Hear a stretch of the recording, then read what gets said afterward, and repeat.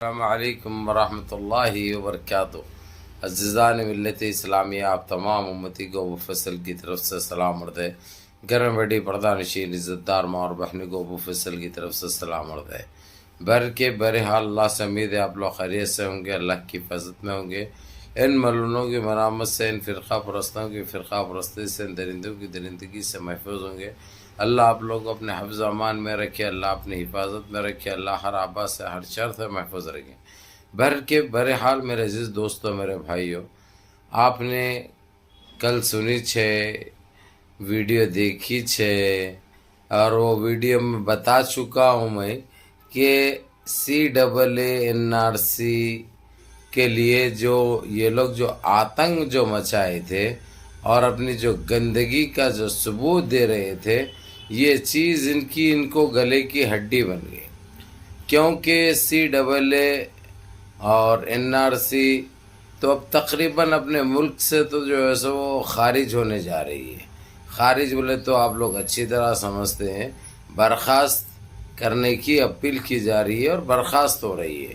اب اس کے برعکس اب ان کو بڑی تکلیف ہو رہی ہے، کیونکہ ان کے سارے جو کالے قوانین تھے وہ تقریباً سپریم کورٹ جو ہے واپس لے رہا ہے۔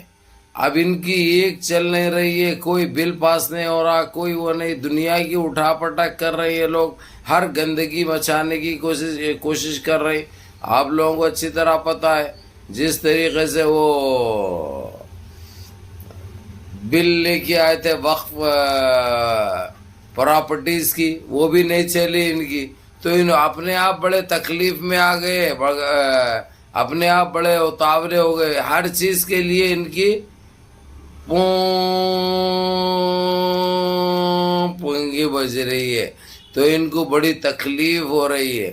اب یہ اوپر سے یہ CAA-NRC کی جو اپیل جو ڈالے تھے، اب وہ کہیں اب جا کے منظور بھی ہوئی۔ اس کے اوپر جج تو صاف کہہ دیے کہ کیوں نہ یہ چیز کو ختم کیا جائے، کیونکہ جو اکثریت ہے بالکل اس کے برعکس یعنی خلاف ہے۔ اور دوسری چیز، اور یہ ایک زیادہ تر یعنی 99% مسلمانوں کو پریشان کرنے کے لیے یہ گندگی یہ رچنے کی کوشش کرے تھے انہوں، جو کہ جو ہے سو اس دیش کا مسلمان کبھی برداشت نہیں کر سکتا ہے چیز کو۔ اور آپ لوگوں کو یہ چیز کا بھی پتہ ہے، ہمارے بڑوں نے اپنی جانیں قربان کر کے، اپنی جانیں گنوا کر اس دیش کو بنایا، سنوارا، نکھارا۔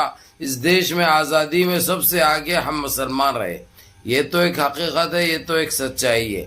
لیکن یہ کب پیدا ہوئے، یہ کہاں سے آگے یہ لوگ آ کے اتنی گندگی، اتنی وحیائی حرکتیں اور اتنی اندیکھی، اتنی زیادتی اور مسلمانوں کا نام لیتے، ان کو بڑی تکلیف محسوس ہوتی ہے۔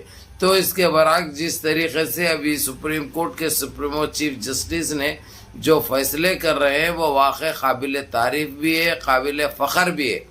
تو میرے عزیز دوستوں، میرے بھائیوں، میری ماں اور بہنوں، میں آپ کو سیدھا مدعے پہ آتا ہوں، کیونکہ آج بھی سپریم کورٹ نے یہ کہہ دیا ہے NRC CAA کے بارے میں، یہ ہم اگرچہ کارن بتائیے، لوگ سرکار کارن بتائی کہ ہم اس لیے CAA-NRC لاگو کرنے جا رہے ہیں، تو اس کی وجہ ثابت کرنا ان کو ضروری ہے۔ اور یہ بھی کہہ دیا ہے سپریم کورٹ نے، تم آسام کا لے کے آئیں گے، تم تریپورہ کا لے کے آئیں گے، لے کے آ کے چند لوگوں کے لیے تم سارے دیش کے مسلمانوں کے اوپر یہ حیثیتیں دینے کی کوشش کریں گے، یہ تمہارا فرضی درخواستیں نہیں چلے گی۔ اس کے اوپر جو ہے سو انہوں پریشان ہو گئے، بے بہرے ہو گئے۔ اب کس کو کیا ثابت کر رہا بولے، ویسا ہے ان کو، کہیں پہ بھی کچھ بھی ثابت نہیں کر سکتے سوائے گندگی کے۔ ان کے پاس ہے کیا؟ سوائے گندگی کے علاوہ ان کے پاس کچھ بھی نہیں ہے، سوائے پریشان کرنے کے علاوہ ان کے پاس کچھ بھی نہیں ہے۔ تو انہوں سیدھے خود اپنے باتوں میں انہوں الجھ بھی گئے، اپنے فیصلوں میں انہوں پھنس بھی گئے۔ تو اب کسی طریقے سے نہ انہوں ثابت کر سکتے، کہاں سے لے کے آئیں گے بتائیے آپ لوگ؟ آپ خود یعنی جتنے سننے اور دیکھنے والے ہیں، میرے عزیز دوستوں، میرے بھائیوں، میری ماں اور بہنوں، یہ لوگ کہاں سے لے کے آئیں گے یہ؟ اب یہ چیز چلنے والی نہیں ہے. آسام سے پکڑ کے لے کے آئیں گے تو دیش کے دوسرے مسلمانوں کے اوپر یہ لاگو کرنے کی کیوں کوشش کرے بھائی؟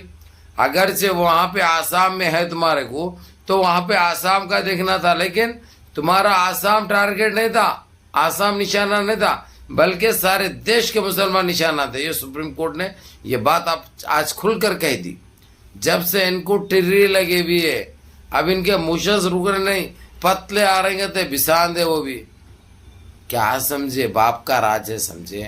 جو تمہارے دل میں آیا، جیسے تمہارے دل میں آیا تم کریں گے، نہ تم کو کوئی روکے گا، نہ ٹوکے گا، نہ کوئی بولے گا. تم یہی سمجھے تھے. دیکھو اللہ کے لاٹھی میں آواز نہیں ہوتی، جب وہ گرجتی ہے نا ایسے ہی برستی ہے. اب تم خاک میں مل جاؤ گے. اب تمہاری عزت تو خیر تمہاری پہلے سے نہیں ہے، لیکن اب تم کیا ثابت کرو گے؟ اور ایسا کوئی چیز دیش کے اندر تم لاگو اپنی طرف سے نہیں کر سکتے. یہ بھی سپریم کورٹ نے کہہ دیا ہے. تم کوئی ایسی چیز لاگو نہیں کر سکتے جو کوئی کمیونٹی کو تکلیف ہو. تم کسی کو ایسی حیثیت نہیں پہنچا سکتے جو ایک طبقے کو نقصان پہنچائے. تو یہ باتیں سن کر ان کا ایک ہی ٹارگٹ تھا، ایک ہی ہدف تھا، اکھنڈ بھارت بنانے کا، ہندو راشٹر بنانے کا، جو کہ اب تقریباً لگ بھگ چکنا چور ہو چکا ہے. انہوں جو خواب دیکھے تھے ان کا خواب اپنے آپ ختم ہو چکا ہے. تو اسی لیے میرے عزیز دوستوں، میرے بھائیوں، آج کی ویڈیو کا یہی مطلب ہے آپ لوگوں کو کہ سپریم کورٹ نے ان کو اب یہ بھی ثابت کرنا ہے وقف پراپرٹیز کے لیے جو بل کی کوشش کرے تھے، اس کے اوپر جو ہے سو اب ان کو وہ بھی سوچنا پڑے گا، کیونکہ سپریم کورٹ تو کھلا بول چکا ہے کہ تم ایسا کوئی بل پاس نہیں کر سکتے، ایسا کوئی قانون لاگو نہیں کر سکتے جو ایک طبقے کو، ایک کمیونٹی کو نقصان پہنچائے. وہ نقصان تو صرف ہم کو پہنچانا چاہتے.